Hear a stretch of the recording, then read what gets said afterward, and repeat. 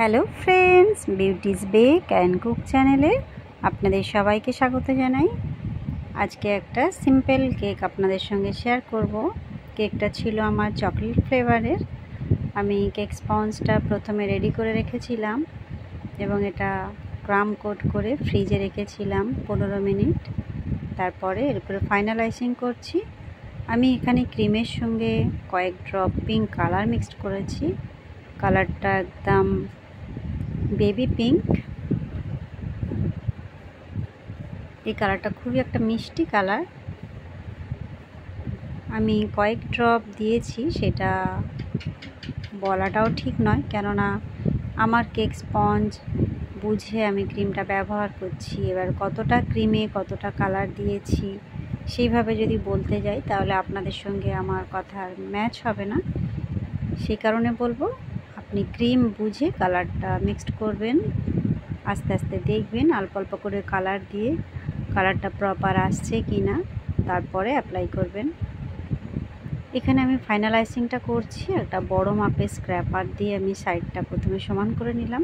এতে কি হয়, কাজটা খুব ইজি হয়ে যায়।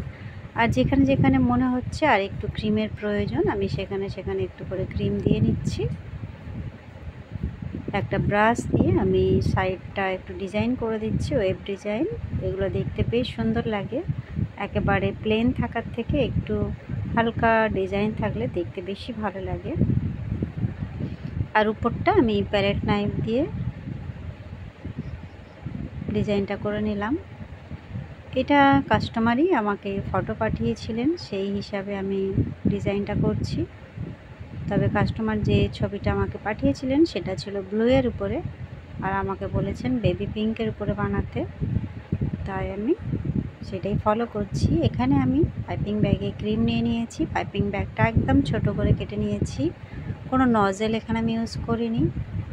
আর এই যে মাঝখানে যে অরেঞ্জ কালারটা দিচ্ছি, এটাও নজেলের কোনো প্রয়োজন নেই আমার, যেহেতু পাইপিং ব্যাগের ভেতরে ছিল আর একটা কেক আমি ডেকোরেশন করেছিলাম, সেই জন্য নজেলটা থেকে গেছে। পুরো কেকটাই আমি ডেকোরেশন করব বিনা নজেলে। যারা নতুন আছো তাদের জন্য বলবো, প্রথম কাজ যখন শুরু করবে সবসময় সিম্পলের উপরে নজেল ছাড়া সেগুলো আগে ট্রাই করবে। আস্তে আস্তে হাত সেট হয়ে যাবে, তারপরে একদম সিম্পল ডিজাইন নজেল দিয়ে সেগুলো ট্রাই করবে। তারপরে ধীরে ধীরে স্ট্যান্ডার্ড কিছু ট্রাই করতে থাকবে, যেগুলো আজকাল ট্রেন্ডে চলছে সেইগুলো। প্রথমেই খুব হেভি ডিজাইন চুজ করতে যেও না, কেননা হাতটারও সেটের একটা ব্যাপার থাকে, প্র্যাকটিসের ব্যাপার থাকে। সেই জন্য সিম্পলগুলো আগে ট্রাই করো।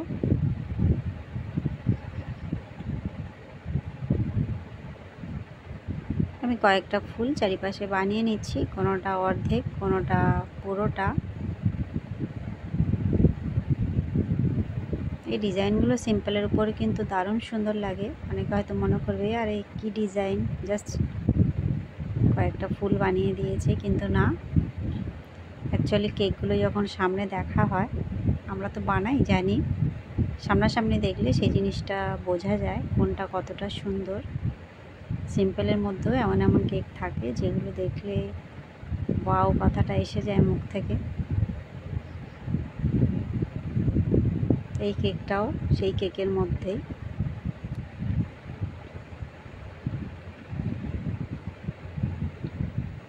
আমি এর আগেও বেশ কয়েকটা বিনা নজেলের কেক ডেকোরেশন আপনাদের সঙ্গে শেয়ার করেছি, সেইগুলো ট্রাই করতে পারেন। বিভিন্ন ধরনের ডিজাইন আছে, সব সময় একই রকম আমি শেয়ার করি না, চেষ্টা করি একটু অন্য কিছু দেখানোর, অন্য কিছু শেখানোর।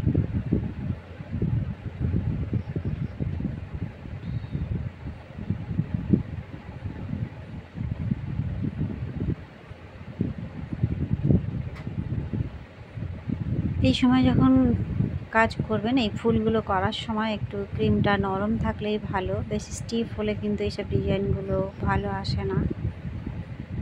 সব সময় হালকা স্টিপের ক্রিমগুলো ব্যবহার করবেন, ওতে ডিজাইনগুলো করতে সুবিধা হয়।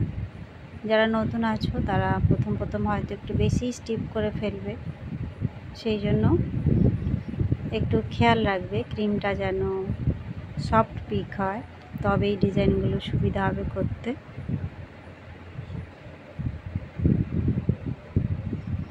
আমি নিচেও একটা বর্ডার করে নিচ্ছি সেম পাইপিং ব্যাগ দিয়ে, কোনো নজেল নেই, জাস্ট প্রেস করছি আর ছোট্ট ছোট্ট পার্লের মতো বার হচ্ছে দেখুন। এইসব সিম্পল কেকের উপরে এই বর্ডারটা দারুণ সুন্দর লাগে, যেন আরও সুন্দর করে দেয় কেকের লুকটা।